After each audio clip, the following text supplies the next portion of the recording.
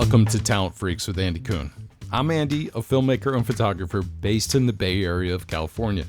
This podcast delves into the journeys of creative individuals who inspire curiosity and impact through their work.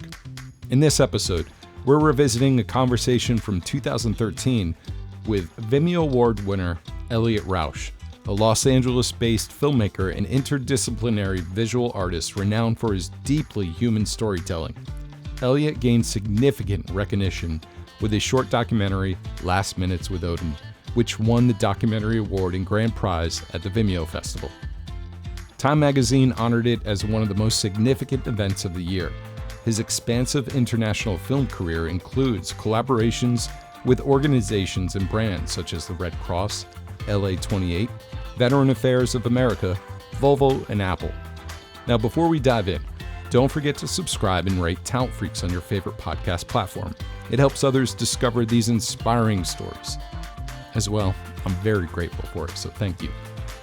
Now, let's go back to 2013 and let the younger, starstruck version of myself introduce you to Eliot Rausch. Now, if you have been online and you've been following videos online, then you know the name Eliot Rausch. Director Eliot Rausch is leading the charge in a new generation of young filmmakers with his compelling documentary style that pries at the heartstrings and reveals the humanity in each of his subjects. With his work being shown in a variety of platforms, Rausch is also completely hands-on, both directing and editing his work as a filmmaker. His rapidly growing fan base with critical recognition come from both the advertising industry and the online film community. Rausch burst onto the scene in 2010 with his short film, Last Minutes with Odin, a heart-wrenching story that captured the last few minutes of a dog's life before he's put to sleep. The very well-received film won the first ever Vimeo Film Festival and was named by Time as one of 2010's top web films, putting him on the map as a filmmaker.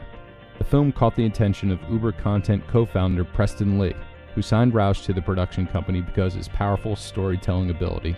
A Los Angeles native, Rausch graduated with a BA in Fine Arts from Cal State Long Beach. During his college studies, he worked at Ogilvy and Mather, where he developed a passion for commercial work and film. I was very fortunate to meet up with Eliot at the 2012 Vimeo Awards, and we talked for a bit and created a good rapport. So I contacted Eliot to see if he wanted to be a part of this conversation. He agreed.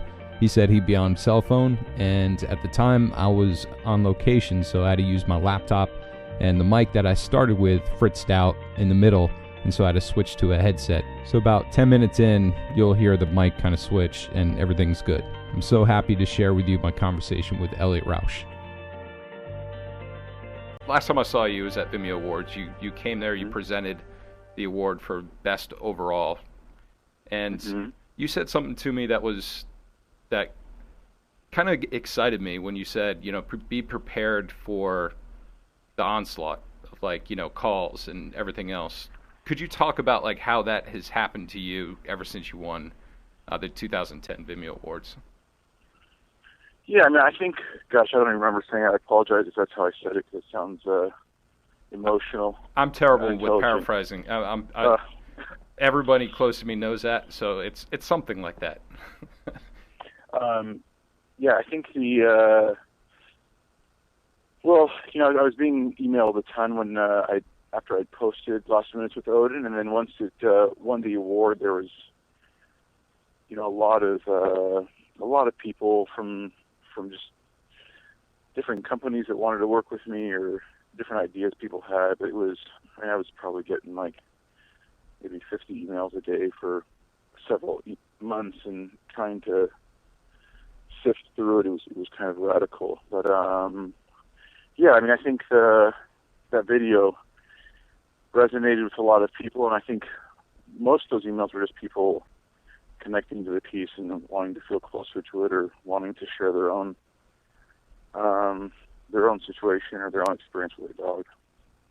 And that goes something like in all your videos, you really do tap into the human emotions like no one else that I've watched online or commercially. It's very powerful, your storytelling. How did you come across telling stories like that? For me, I think it's really just been like I would consider it almost like a therapy. So I would say from a lot of my pain, a lot of my personal struggles, or trying to work through things in life. I'm always I'm a bit of a seeker, so I'm trying to look for answers or people that inspire me. So I think at the age of 31, sort of looking back now and thinking about all the projects I've attached myself to, it's usually because selfishly I'm trying to better understand how to get through a season of my life, or how to grow deeper spiritually, or how to love more, or how to serve others. And I don't know, it's probably a very selfish perspective, but like I said, it's kind of it's a survival mechanism more than it is a filmmaking process. Well, I think that says a lot about your character, because when someone has success, it's an easy, pitfall where they can, be selfish and start, falling to the things that, break us down as humans. And you seem to embrace it and actually, look at yourself and try to, figure out, who you are as a person. You don't shy away from that, which is awesome. I've been following you on Facebook for a while, and like, you share so many personal, intimate details that I'm just in awe, and I really appreciate you doing that. And it's something that I feel that helps a lot of people. How has that? Have people reached out to you? Because I know you put some things up there. Personally, someone did a video about you and your struggles. Yeah, and I think, I don't know, I was born and raised in a house where everyone, we were all very transparent with each other, and that's the way we healed. We talked about our issues, and probably too much so, coming from a Greek background, like, you throw all of it on the table, even if it offends people, and you hug it out afterwards. And I think that's, again, I start going back to the way I stay clear-headed, or I stay above water, is a bit of that, like, confessional approach to life, where I'm always giving my sins over to my fellow man. And as I become more successful, there's a little more, I have more of a platform. I have to be careful, because a lot of like my management and stuff, they don't like all of it. But I don't know, it's kind of who I've always been, and I think I've learned that in the rooms of Alcoholics Anonymous, and I've learned that in different circles, that the more transparent you are in life, the more authentic you are, then the demons can't get at you as easily, Yeah, I understand. I grew up in I've been to Al-Anon, I've been to a lot of recovery programs myself, and it's something that humbles you, and when you can find something that you do professionally and put that in it, it really does make you feel amazing. Like that. Yeah. Like working on Tim's story for Often Awesome, that was my crutch for such a long time, and then after he passed away, it was hard. I had a hard time moving on. And looking for something that I could work on that meant as much as that meant. Sure. But you started off in fine arts. I mean, what's your background? Yeah, I started off as I was going to college to become a graphic designer, because Mom and Dad said that's the way you'll make money. They were both fine artists and struggling, so Pops took his job at the oil refinery to create a family, and Mom's was a underpaid art teacher, and they said, make sure you don't struggle like we did financially and go make something for yourself. So it was, graphic design was originally just a choice because there was money connected to what I was doing as just a fine artist. And so I was, divinely, I was interrupted by a teacher who gave me an opportunity at an ad agency, and I quickly learned Final Cut and After Effects, and a whole nother medium for creative expression. When you picked up that camera, what was that transition like? I bet did it feel like a release, like, oh man, I love this? I don't know. I mean, I think when I was younger, we have old videos of like I was directing Pops, he had the camera, and I was like, directing him how to tell a certain story in the backyard that I was acting in. And so I think like I always understood it as a medium, but I think when I had actually created something for the first time and it emotionally got me where I felt like it had this emotional power, and I knew that it didn't really come from me, like it was some weird accident. That's when I realized the power of film, and I thought, wow, this is a really amazing tool to, I guess just a really an amazing tool to express yourself through, Yeah, and I got to say, it's Adam Taylor, that's your sound composer? Or you? Yeah. You linked up perfectly with him, because I think that his music adds so much to your visuals or to your stories that it's to find somebody like that is it's amazing. How did you build that relationship or find him actually?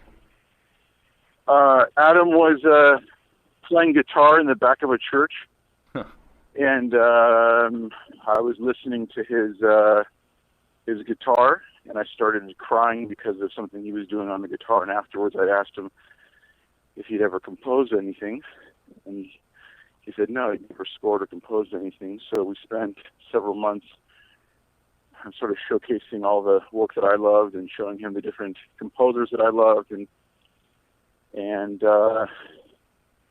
we took our first crack at a project, which was called Sermon on the Mount. I want to say maybe a year and a half ago. Mm-hmm. And since then, yeah, it's been a really, really beautiful relationship. He's gone on to become extremely successful, and gotten tons of work in the commercial world, and will probably go on to surpass me. So, I mean, that's fantastic. You found him back of a church, just heard his music, and I mean, well, he'd already. I mean, he'd been playing with some big bands, and he had gone. I think what me and Adam have more than anything, I think we're both born on the same day, which is crazy. But we've both been through some shit, and yeah, we both realize the beauty in our brokenness. A lot of Adam's music is sort of like he's weeping through his music, and I'm doing it via film. So, yeah, we share a lot of the similar soul, Absolutely, and I think it shows when your visuals play with his music. Yeah, it's divine for sure. I'm very fortunate to have that he's still that amazing. Some of your most recent work, like I mean, you must feel proud as hell that Patrick Willis is in the Super Bowl, and that piece you did with Duracell was it's so beautiful how you showed that story. Could you talk about that when Duracell came to you, and like how did you come across that story with Patrick? That story, I mean, that was a project that Duracell and Saatchi out of New York that had been developing for, I want to say, for like maybe 4 or 5 months before I ever came into it. And very similar to the way I got most commercial jobs, it was a triple bid, and they were looking at other directors, and I just pitched my perspective and my treatment, and then when it was awarded, it was all pretty defined as far as what the how it was going to be branded and the story, and they'd already written the script. So for me, it was more about just telling the story visually, and then coming upon his hometown in Tennessee to make that happen. Man, and it's huge. It's by far the most successful Duracell campaign that they've done. Yeah, I think they took a huge risk. I mean, for me, it was astonishing that they allowed a piece of film like that to represent their brand, and it was so far disconnected from your normal commercial approach to selling a battery that I thought it was risky, and I think it proved for them. I mean, we were there when it first launched in San Francisco, and they were ecstatic about it. And P&G, their mother company, was ecstatic about it. So for me, I think it's a good sign of what may come in the future for other brands taking risks creatively. I totally agree with that, and that kind of goes back to like one of your first projects. I don't know if it was one of your first, paid with clients, but the Gold's Gym that you did, the stories for Gold's Gym. Yeah. That was so unique, and I think that is almost like a blueprint for almost any kind of, gym or better. I mean, I even kind of pitched something similar to a dance studio here in town, so I can get dance lessons for free. That's awesome. And I mean, it makes a lot of sense where you could see someone who comes in that doesn't know anything, and you take them through that struggle and then see them succeed. But those stories, again, I mean, it had your emotional footprint all over it. Yeah, I mean, I think I'm very fortunate, when it comes to branded content, and there's opportunities where the agency and client trust me enough to, trust me down to the composer, and they allow me to edit it. I mean, it's an anomaly in the commercial space to have that much control. Usually as a director, you have the footage taken away from you. The moment production's wrapped, they pick their own music, and you see it launch somewhere on TV a couple months later. So I feel very, very fortunate that there's been that much trust. So when they come to you, do they go, let's get the guy that makes everyone cry, or how do they kind of describe you? I don't know. I mean, if you end up hearing that, let me know, because I'd love to understand how it all works. Yeah, I'm not sure. I really am not sure. Like I said, I don't have a ton of intention when I'm creating work. Like, it's just a lot of it's very personal, and even in the commercial space, sometimes it's, I don't know. I'm not a huge believer in my work all the time, and I'm not totally getting high on my own fumes and thinking that my shit's really good. I actually scrutinize most of it and think it can be a lot better. So, yeah, I'm not sure. I'm not sure why they keep coming back, but I guess I feel extremely blessed. Well, I know we are our own worst critics, but if you dive a little bit deeper, where do you think that comes from? Is it? I mean, I just hate the feeling of. I mean, my mother, probably taught me that. I don't know. I mean, as a young kid, I was always insecure, and I've gone the polar opposite and been a really prideful dick, and I've tried to cover up a lot of that insecurity with a bunch of ego and machismo, and gone out there into the world and hurt people and offended people, and I look back and that Eliot really disgusts me. So maybe it's just a bit of a thorn in my side that I keep there to make sure I don't get too heady or lost. Really, I think that season in my life when I thought I was something special, I was just lost. Yeah. I mean that makes a lot of sense. I know when I was a kid, for some reason, I always looked at myself as fat, and I was chubby, and I was never obese. Well, until until recently, I kind of peaked the scales, but I never looked at myself in a positive way. Even when my ex-wife was telling me I was attractive and that I was sexy, I didn't believe her. Then my next girlfriend after her, she would tell me that, and I just wouldn't believe her. And it's a struggle for me, and it's not like I'm coming out there going I'm sexy, I know it kind of thing. It's more of like, why don't I believe in myself, or why don't I see what other people see? And it's just. Well, I'll tell you this. This is something my friend told me one time, and it kind of hit me. But pride is really not coming to terms with who God created you to be. So it's literally resisting that calling in your life. So if God's called you to be a storyteller, if He's called you to be a missionary, if He's called you to be a teacher, whatever, if you're sitting there and you're constantly singing the "woe is me" song, and I'm not good enough and I'm not worthy enough, it's just as bad as saying I'm the greatest and I'm unstoppable, because it's sort of shitting on the identity that was given to you, or at least the gift that was given to you early on. And so for me, that's kind of my barometer.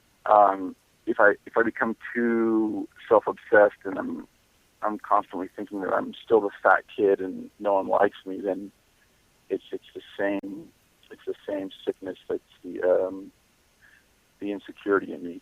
Yeah, absolutely. Yeah, I do know that.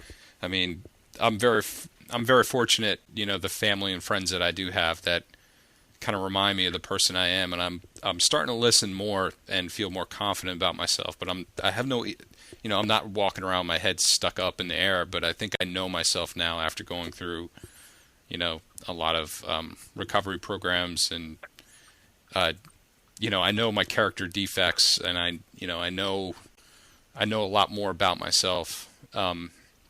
Yeah. And I think it's very important, moving forward, especially when you start doing projects, when you know yourself better, then you could tell a better story. Yeah, I think so. So tell me the process. So if a client comes to you, like, I know you get tons of, like you were saying, you get a ton of work. Like, how do you pick and choose? You're just like, no, that's just out of I can't tell that kind of story, or you see something and you're like, that's it. That's how.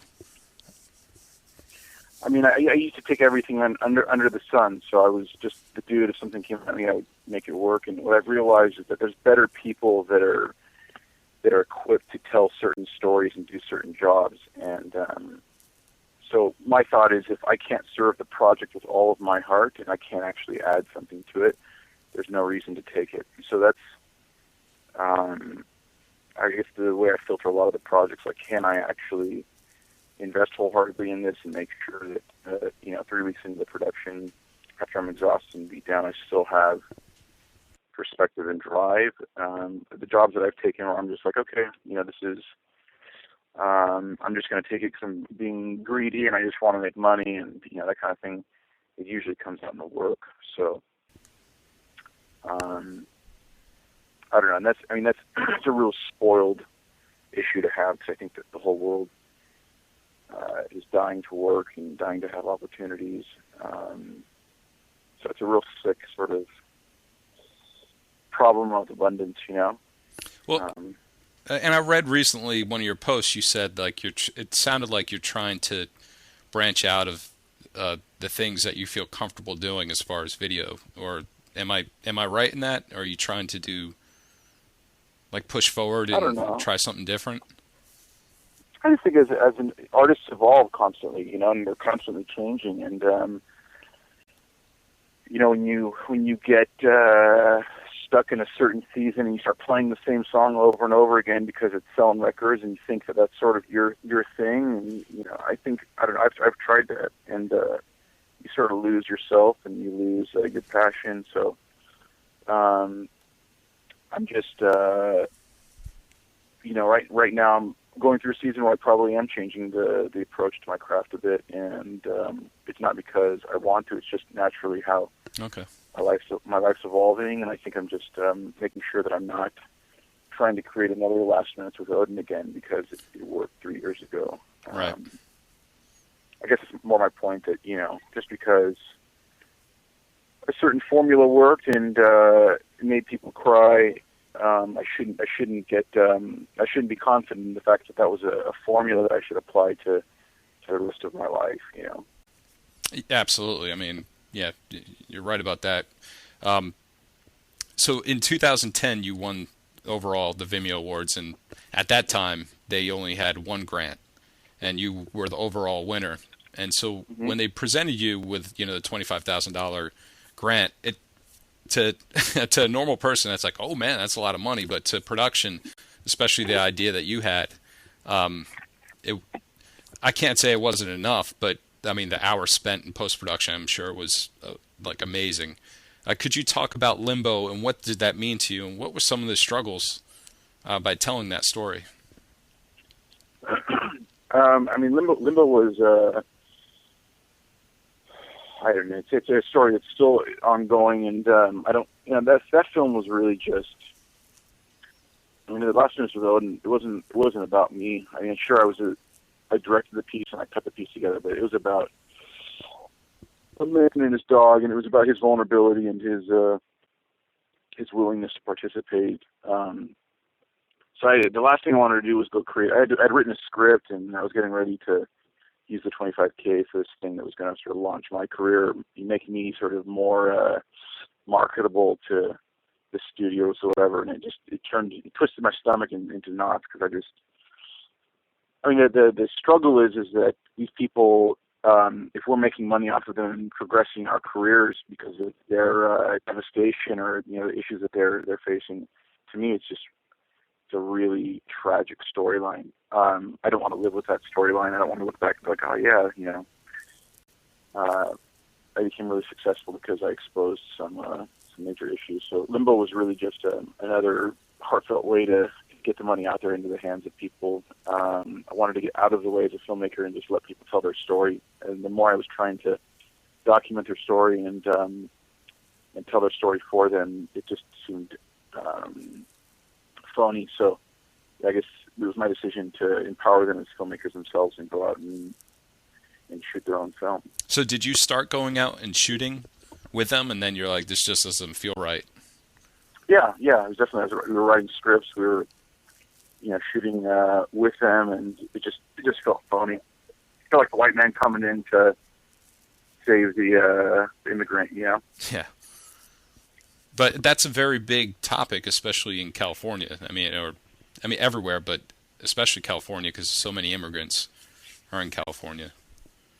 Yeah, it's huge. And then the crazy thing is, I think a week later, Obama passed the DREAM Act, which was really a large part of the intention of the piece. So that was humongous. And I remember watching it, and it was saying a lot of things about the filmmakers involved in it, where they wanted to be basically, they wanted their names out there, and you were like, I really don't want to put your names out there. Yeah, I think it was a mistake on my part, because the more public they are, the safer they are, and I think that I didn't understand at the time, and I wanted to protect them, but I actually did them a disservice by not mentioning their names in the film. It's interesting. And yeah, another thing was that Charlie Kaufman piece that you, the audio that you got, and then you put together the visuals. Like, that was obviously something that inspired you. And oh yeah, how did you? I mean, you just listened to it, and you're like, I got to move on it. Like, how did you explain that process when you hear something that just strikes you? Do you see the vision and you immediately just have to do it?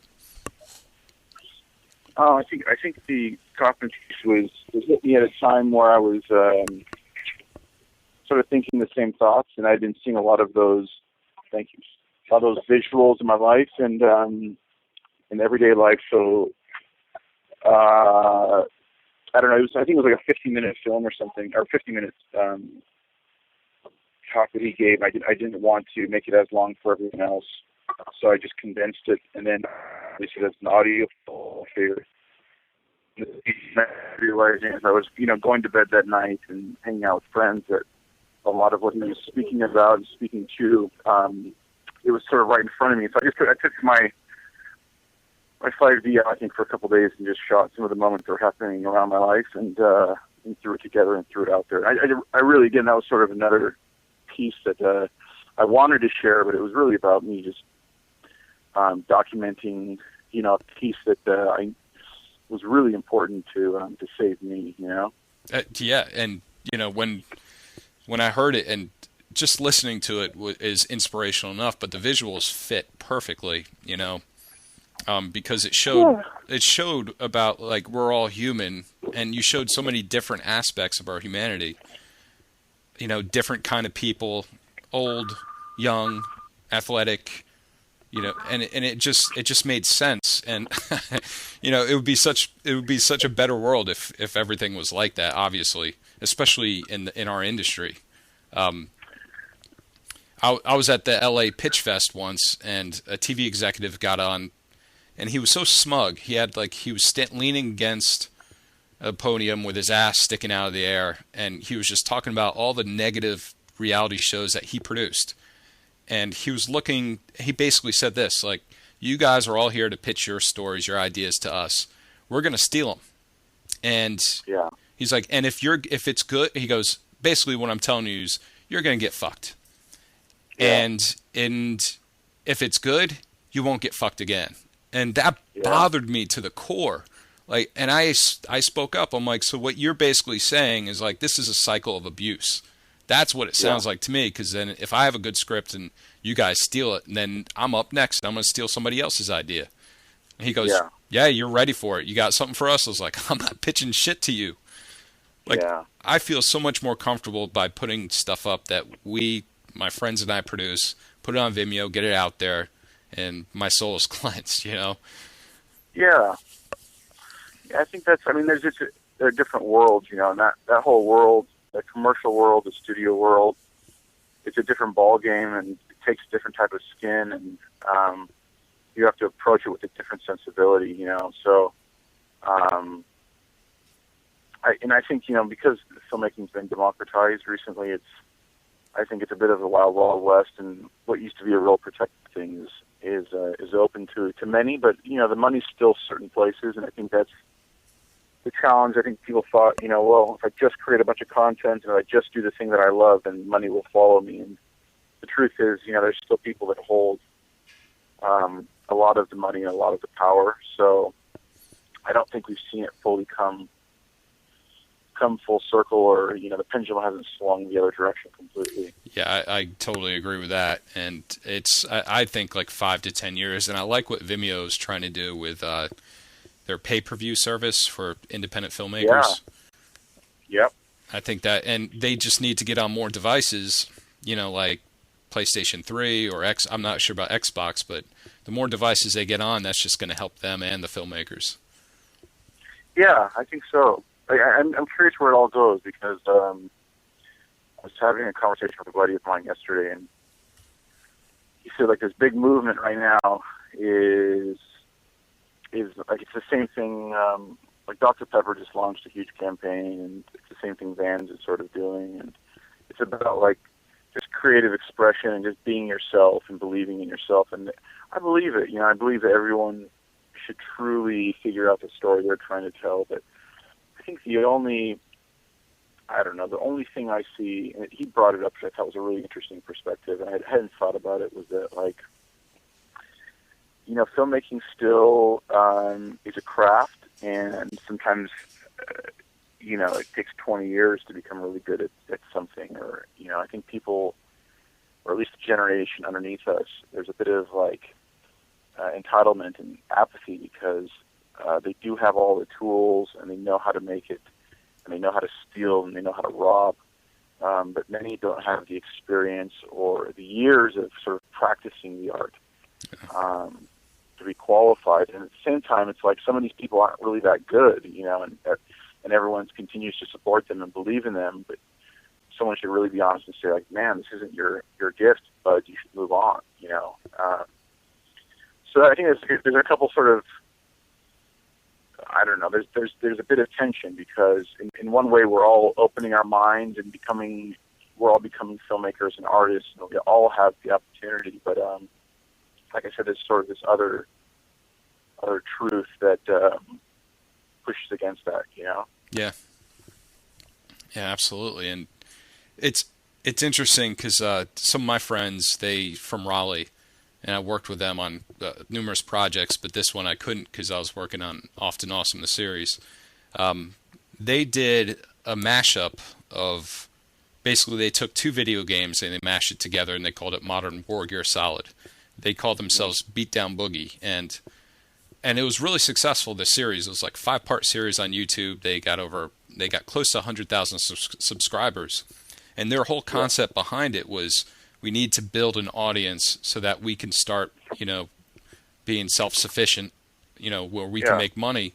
And so then their next venture was Mario Warfare, where they made it like Mario Brothers, like all the characters in Mario Brothers, and they mashed it up again, where it's pretty amazing what they did. You know, a lot of CG, a lot of kick-ass action, and they use airsoft rifles. They just use a lot of, and it's not a lot of people either. It's like you got 4 core people that are involved, and they did a Kickstarter campaign, and they raised $35,000, and so now that opened up for them to finish the rest of the series, and they have a huge audience, and it keeps building and building every time they do another episode. And I remember from the beginning when they did that, like, that was their goal, and they hit an audience, they targeted an audience that, you know, video games, people are they're so loyal to the characters in video games, gamers. And they gave them something that was not being offered, where you saw high action at a great production value, and they are you know, backing them big time. So I see big things for them, like down the road coming up. I mean, they already have a script for their feature, and they're just kind of patiently waiting for, you know, more things to happen. But it's fantastic when you see that kind of stuff, and you saw from the beginning and how things grew, and all organic too. You know, it wasn't, that was the main thing, because they did a feature film that was, for the price that we put in money into the film, it was pretty damn amazing at the time. But it went into distribution, and we saw it get stuck, and then we saw the process and distribution, and we're like, we don't want to go through that ever again. We want to make our own films. Right. And that's how it happened. So basically that long talk I just did. What is like something you want to do, like your own film that you want to produce? Is it a feature film, or what kind of things are you looking to do next personally? Yeah, I think I'm working on something right now, and I'm talking with a couple of studios, and it's still sort of in its infancy stage, so I don't want to indulge too much. But sure, it's definitely longer format, and you know, I approach every I wish I was like other people who have this like perfect vision of their life, and then you have this like dream of this one thing, and I think it would help me with, you know, just motivating me and creating a lot of discipline. But a lot of the times, you know, I sort of have an idea, and it just totally manifests into something completely different. And I actually like that experience where I'm just sort of open to the way it evolves and unfolds. So, so I know my heart in this piece that I'm trying to create. I know the guts of it, but yeah, if it comes together, it'll be a miracle. Oh, that's fantastic. And I guess that gets me excited that it won't be about me, you know? Sure. But that's, man, that just must feel good to be able to, because as you could tell, I'm totally ADD. I'm a creative person. I start a sentence and it goes somewhere else. Yeah, totally. It's hard to, I think for any artist, just, you know, people that do feature films, they're on it for 3 or 4 years sometimes. I think it's just discipline, you know, and it's something I think us men really lack, or at least your generation, my generation probably have a tinge of it, but underneath us, like real hardcore discipline, like sticking with something even when it doesn't feel good and it doesn't emotionally satisfy us. I think that's like some radical shit, you know. That's some shit that no one's teaching us anymore, that you got to keep painting Mr. Miyagi's fence even when you think you're ready for the karate match, you know. And once it's done painted, you know, and you feel like you've accomplished it, like you wash his car sort of thing. I think of that whole mentality, like, you know, pushing into a story and sitting with something through thick and thin. That's really radical, you know. Absolutely. And I think one of the things that I have a hard time is when I start on a project. I have 2 web series I'm working on right now. One is about a burlesque group from Greensboro, North Carolina, and I don't live there anymore. But so it's hard for me to go back and forth and to really tell that story the way I want to. So it's kind of, I got some amazing footage. It looks great. The interviews are good. The story's going to be good, but it's hard because there's so much good stuff that I can't get. Yeah. And then I'm starting another web series down in Charleston, South Carolina, about artists. Like I'm going to do a 10-episode web series about local artists, or any artists really, and just tell their story more through B-roll of like them creating the art. But I'm also, the one thing I really like about your pieces are like how you get them to talk. You know, it's like, it sounds like a conversation where they're just sitting in front of you and they're just calmly talking. And that's something that I've yet, you know, especially with artists, like I have a hard time, that I didn't realize this until I started shooting, is they really don't like talking about themselves. Yeah. And so I turn off the camera. I'm like, all I really need is about 15 seconds that I'm going to show you. So I don't know which 15 seconds, so I got to have it on. But it's more of like, I just want your voice because I'm going to show your work throughout the whole thing. Right. But how do you get the your subjects to talk so openly and very emotionally too? Like, there'll be pauses and almost like they're not talking to a person. Like, how do you build that relationship? I don't know. I mean, if I told you it was a formula, then it would become a formula, and I just think I don't know. Maybe God's given me the gift of learning how to intentionally listen. I don't think that's something that I was able to figure out on my own. I just have, like, when someone's speaking to me, or they're working through something, or they're saying something, I can't help but be emotionally connected to it. So I don't know. I think it's just a skill of listening. I think that's like the one. It sounds really simple, but and I'm constantly trying to develop it because I talk too much and I have too many ideas and too many opinions. So I think everyone wants to talk. Everyone wants to hear themselves talk, and they want to talk through things. And I think that's why therapy works so well for people, and that's like the whole foundation for a lot of the 12-step program is just having the ability to share your heart. And so I think as a director or a filmmaker or a documentarian, I think at least my approach is always just figuring out the best way to listen. Yeah. Because the way I'm thinking about doing it is actually trying to sit real close to them, so it's not like they have to speak up their voice or speak up when they're talking to me because I'm sitting 8 feet away from them behind the camera. Because I have to run my camera, I have to do everything because I'm like a one-person shoot. So, like, I really want to get close to them so they don't have to feel, like they're talking over the camera. I really want to make it like an intimate conversation. Right. I haven't done that yet because I did that once, and then I looked at the footage afterwards. I was like, shit, like they moved off camera a little bit. And I just have a few more questions, and they're pretty simple. These are kind of questions I'm asking, like in my artist web series. But what do you consider success? Success, I think. I don't know. I think it's always changing for me, but success at the end of the day, I think you lived out your dreams. You gave this life your all. But I think more than anything, you passed on something or shared something that resonated with others, or maybe it was one individual, but you really helped others. You were able to do something with your life that I don't know. I used to think it was like, you did something with your life that helped the human race or, changed the world. But the more I think about it, maybe it's just about really helping one person, in a real way.